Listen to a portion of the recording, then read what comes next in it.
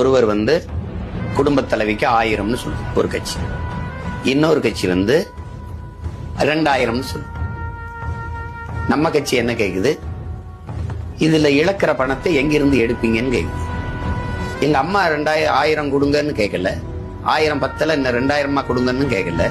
இப்ப எது கொடுக்குறீங்க? ஆனா என்னை படிப்பிக்கிற என் பிள்ளைகளை படிப்பிக்கிற ஆசிரியர் எனக்கு உரிய ஊதியம் கொடுன்னு கேட்கிறார். சம வேலை வாங்குற சம வாய்ப்பு சம்பளம் கொடு, பகுதி நேர ஆசிரியர் பணி நிரந்தரம் கொடு, பணி தேர்வு செய்து அது தேர்ச்சி பெற்றவன் எனக்கு பணி வாய்ப்பு கொடு, பணி நியமனம் தான் அப்படின்னு போராடிட்டு இருக்காங்க.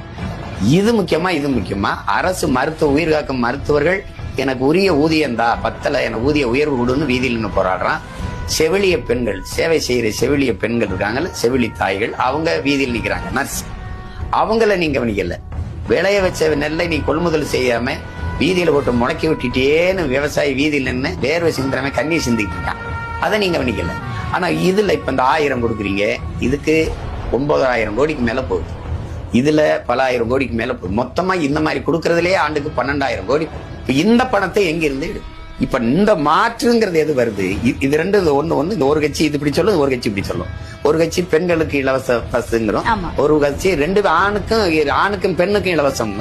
இப்ப இந்த கட்சி ஒண்ணு கேக்குது, நாம் தமிழர்னு ஒரு கட்சி கேக்குது, இந்த ஓட்டுநருக்கு சம்பளம் எங்க இருந்து கொடுப்ப, இந்த நடத்துனருக்கு சம்பளம் எங்க இருந்து கொடுப்ப, இந்த பேருந்துக்கு எரிபொருளை எந்த காசுல நிரப்புவ, இந்த சீரமைக்கிற பணி இங்க செய்வ, புதிய பேருந்துல யாரு காசுல வாங்குவ, இலவசம் நீ இலவசம்னே இந்த நாடங்களும் பேருந்து ஓட்டினா ஏற்கனவே 1,00,000 கோடி இந்த போக்குவரத்து துறைக்கு கடன் இருக்கு.